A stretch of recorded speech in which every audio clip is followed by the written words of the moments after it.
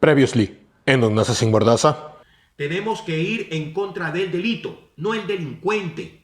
El delincuente caerá como consecuencia de un correcto sistema de procesamiento. Se nos viene la reforma al COIP, hay que escribir sobre esto, hay que tener a la gente bien informada.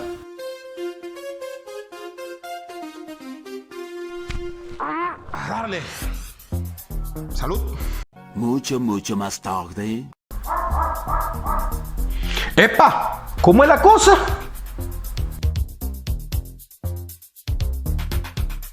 ¿Por qué se juntaron?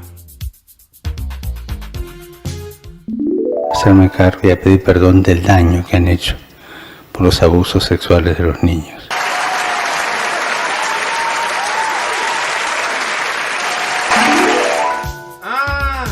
Le está valorando para que siga la criminalización a las mujeres que habían sido violadas.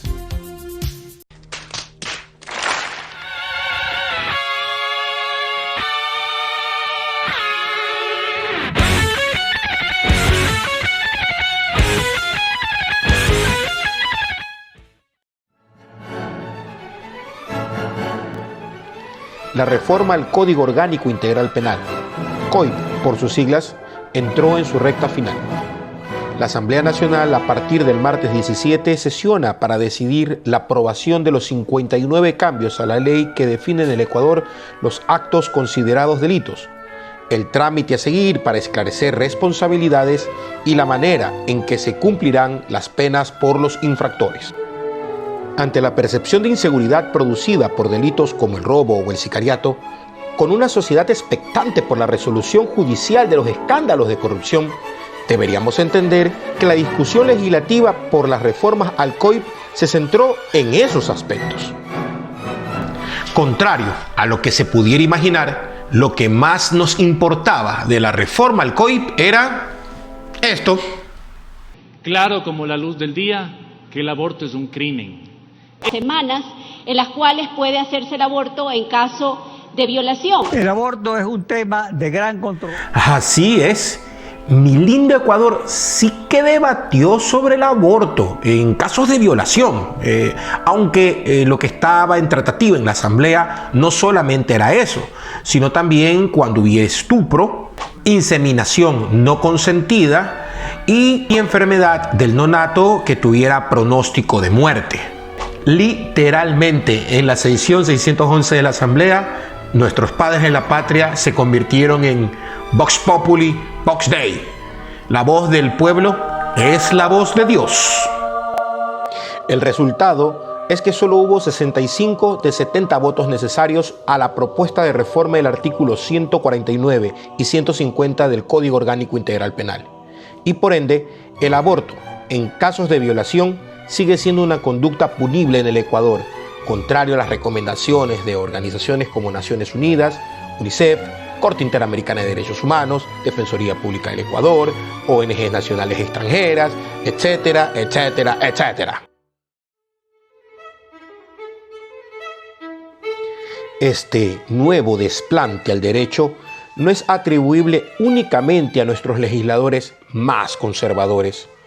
Jugaron un rol preponderante la organización política CREO y su líder Guillermo Lasso, sectores eclesiásticos y laicos que al unísono argumentaban en cada foro de opinión con esta frase: tenemos que proteger las dos vidas.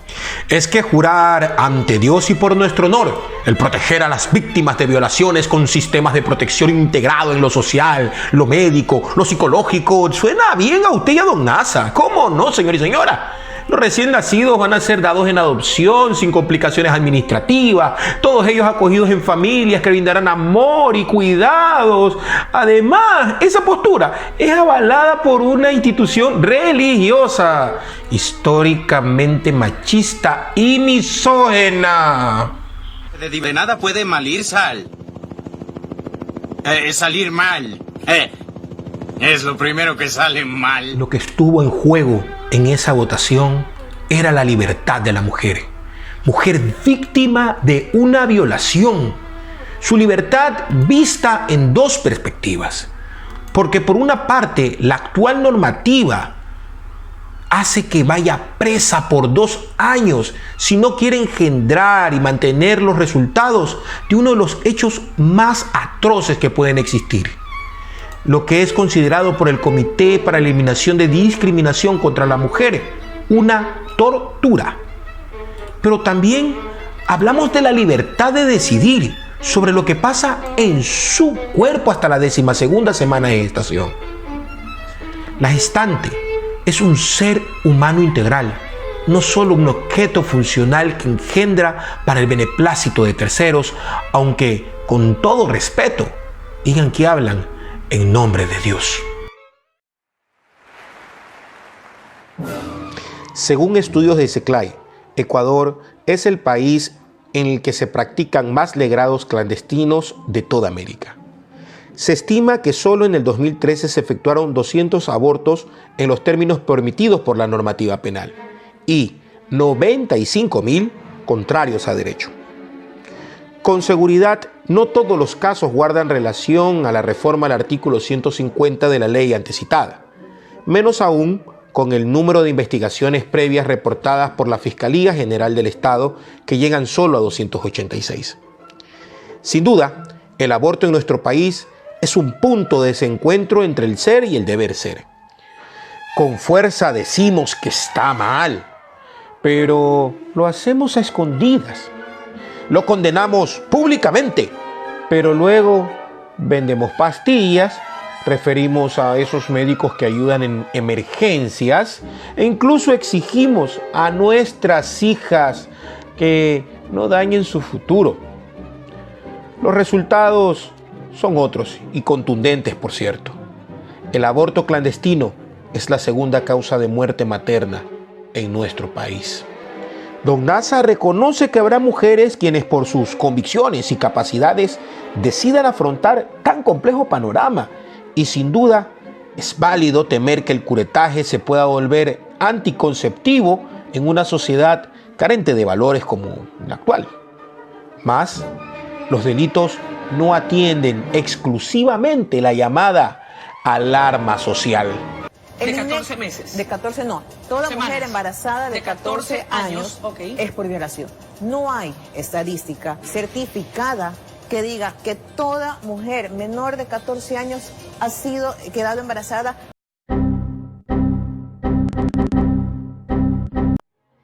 Señora, por favor, coja el Código Orgánico Integral Penal y lea lo que dice el artículo 171, numeral 3.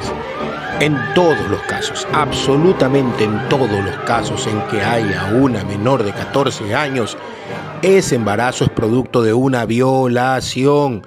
Violación, por el amor de Dios, qué cosa esto. El artículo 3 del Código Orgánico Integral Penal define el principio de mínima intervención penal. Es decir, el Estado solo puede criminalizar una actividad siempre y cuando sea estrictamente necesario para la protección de las personas. Por ejemplo, no es delito tomar bebidas alcohólicas, pese a que es la principal condición desencadenante para los delitos de violencia intrafamiliar o accidentes de tránsito con muerte. Ergo, nuestro país mantuvo como delito el aborto en los casos que no existió la voluntad de concebir para descender la mortalidad infantil. Hablemos claro. En los casos donde se han iniciado expedientes fiscales contra abortantes, de ninguna forma la intervención penal reparó estamento de la sociedad alguno.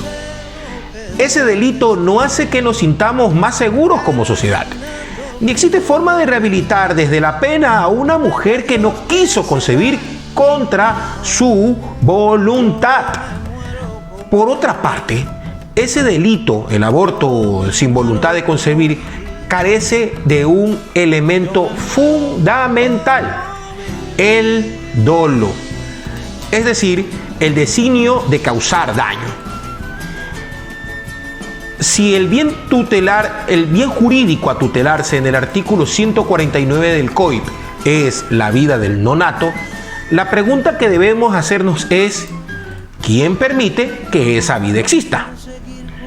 La respuesta es simple: únicamente la madre, porque está demostrado que hasta la 12ª semana de gestación, ni el Estado, ni nadie, al menos en este mundo, puede tutelar de alguna forma esa vida totalmente dependiente del útero materno.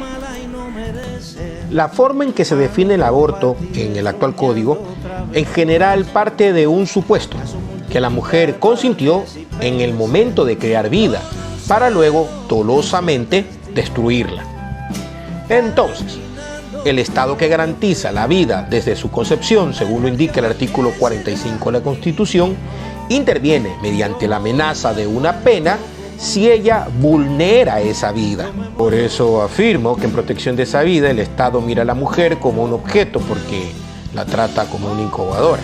Bueno, pero es justo allí donde se encuentra la contradicción de criminalizar a una violada que aborta, porque ésta no consintió en la creación de dicha vida.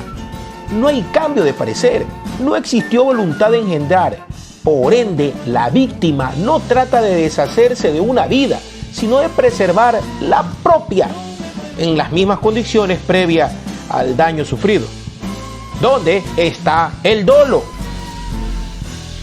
O ya pues de una vez ratifíquese que la mujer es una incubadora destinada a engendrar y entregar el fruto de su vientre a todos con la finalidad de decir, hay que darle al niño en adopción. No podemos siquiera acoger en hogares de tránsito a miles de niños callejerizados y ahora resolvemos el trauma de una mujer violentada buscándole falsas esperanzas.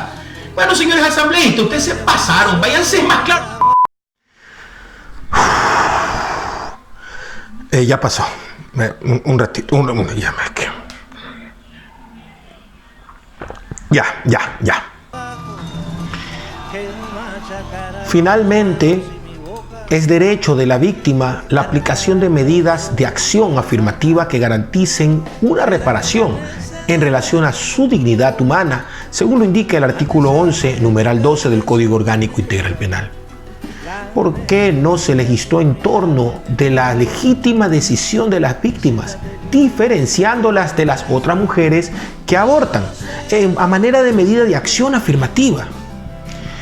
¿Quieren una solución? Muy fácil.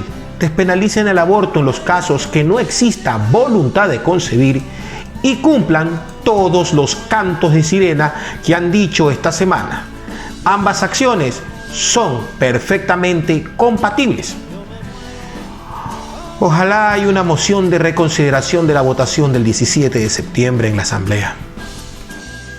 Seguramente las vergonzosas actuaciones de la Asamblea Nacional, que por cálculos políticos sacramentó las falacias regurgitadas por aquellos que ven paja en el ojo ajeno y no la viga en el propio, serán materia de análisis de la Corte Constitucional.